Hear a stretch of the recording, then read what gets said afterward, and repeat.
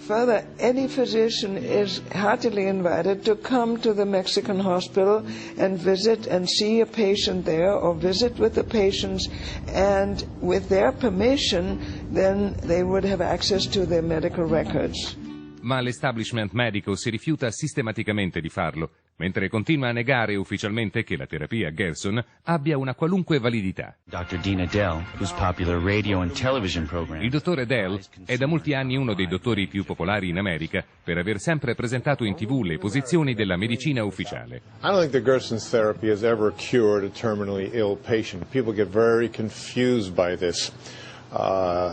If you think of basically what's in Gerson therapy, you really wouldn't expect it to cure cancer. But sometimes cancer cures itself. There is a rate of cancer that goes away by itself. Some people didn't really have cancer. It was a misdiagnosis. In 1986, I was diagnosed with pancreas cancer, which has spread to my liver, gallbladder, and spleen. The doctors told me I had 3 months to live, to go home, get my finances in order, and prepare to die. My husband just wouldn't accept it. I was only 46 at the time, far too young, so we came home, did therapy for 2 years. After 3 months, my doctors here wondered why I was still living. They asked me if I would have a CAT scan, which I did. The masses of the cancer had gone. They said, I don't know what you're doing. We don't want to know what you're doing. Just keep doing it. The doctors at that time had said I would never live to see my second grandchild, which he is now 19 years old. So we proved them wrong. After the therapy, we went back to Utah to a specialist on blood, and she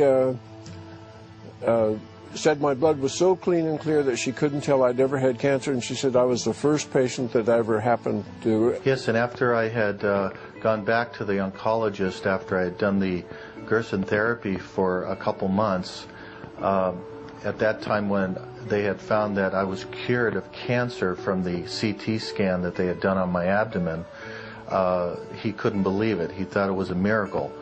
For the 10 years following being on the Gerson therapy, which took a year and a half, I started going back to the Mayo Clinic and seeing Dr. Scott, who was an oncologist there, just for checkups to be sure I was clear.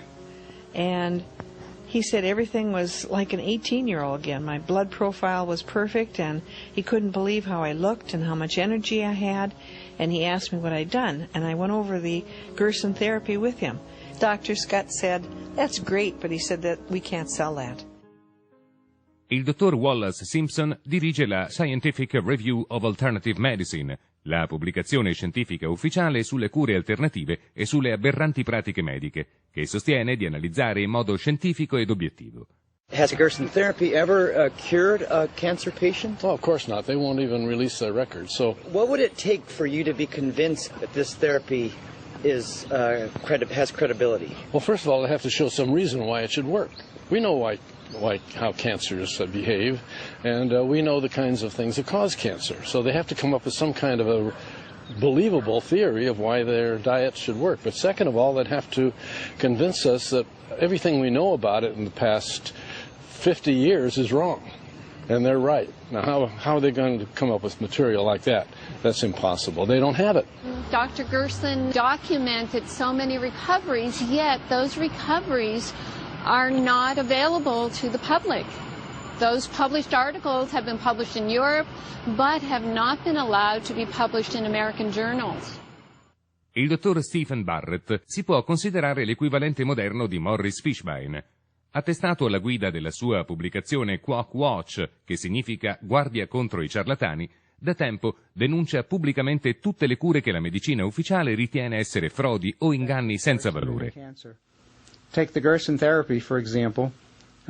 Gerson was a physician who claimed that he could cure cancer with diet and a number of other methods. There's absolutely no scientific evidence that he's cured anyone. I was investigated 5 times on the EMA. Every time they come, I show them Here is a patient you sent home to die, cured. Other patient you sent home to die, cured. Next patient you sent home to die, cured. The Gerson therapy was known some 75 years ago. If doctors know there's a cure and send patients home to die, that is an atrocity worse than the Holocaust. You can make paper out of it, you can make cloth out of it, you can make cord out of it, you can make oil, you can make medicine. You can make food out of hemp seed oil, you can burn it in a lamp, you can make rope, you can make parachute cordage and tie your shoes, and the Constitution was really printed on hemp paper. For over 10,000 years, hemp was undeniably our most useful plant. Our ancestors depended on hemp's exceptionally strong fiber, cellulose-rich pulp, and highly nutritious seeds. The plant was cultivated and used throughout history for food, clothing, fuel and medicine, as well as for sails, rope, shelter, and paper. For centuries prior to about 1850, all the ships that sailed the western seas were rigged with hempen rope and sails. A 44-gun frigate took over 60 tons of hemp for rigging, including an anchor cable 25 inches in circumference. Amongst the thousands of products made from hemp, one of the most extraordinary is Henry Ford's plastic car. Built in 1941, it contained cellulose fibers derived from hemp, sisal, and wheat straw. The plastic was lighter than steel, yet could withstand 10 times the impact without denting. Popular Mechanics magazine recognized the potential bonanza for American farmers and entrepreneurs. This article heralded a machine that could process hemp quickly and cheaply for the first time in history. C'era però un problema. In quell'epoca il magnate del giornalismo rosa, William Randolph Hearst, aveva acquistato milioni e milioni di ettari di foresta da legname che intendeva utilizzare per produrre carta per i suoi giornali sempre più popolari. Con il ritorno della carta di canapa, ora meno costosa di quella prodotta dagli alberi, grazie ai nuovi macchinari di lavorazione, il suo impero era destinato a crollare nell'arco di pochi mesi. Un altro gigante dell'industria che si trovò direttamente minacciato dalla canapa era Lamont DuPont, proprietario della società petrolchimica che aveva appena ottenuto i brevetti per creare dozzine di fibre sintetiche dal petrolio. Nylon per le calze, per le spazzole, per gli abiti da uomo e persino per le gomme delle automobili. E poi l'Orlon, il Dacron, spugne sintetiche, Cellophane. È un'intera gamma di prodotti che sarebbero stati soppiantati sul mercato dai loro concorrenti fatti con la canapa. Oltre al rischio di perdere milioni di dollari, Hearst e DuPont avevano un'altra cosa in comune. Erano ambedue finanziati da uno dei più potenti banchieri dell'epoca, Andrew Mellon, il quale in quel periodo era anche il ministro del tesoro. Mellon nominò alla direzione dell'Ufficio Federale Narcotici il suo futuro genero, John Anslinger. Con l'aiuto dei giornali di Hearst e delle compiacenti produzioni di Hollywood, Anslinger mise in moto una gigantesca campagna mediatica intesa a far apparire la canapa come un prodotto intossicante e pericoloso che andava immediatamente eliminato dalla società.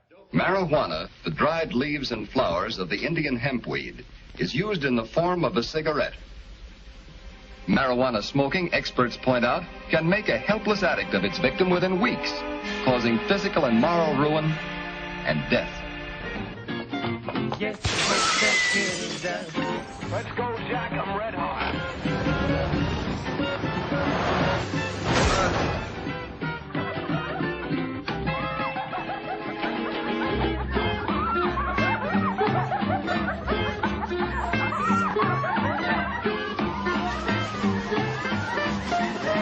Should you ever be confronted with the temptation of taking that first puff of a marijuana cigarette, don't do it. Alla fine di questa poderosa campagna antidroga fu presentata in Parlamento una nuova legge che proibiva l'uso della marijuana.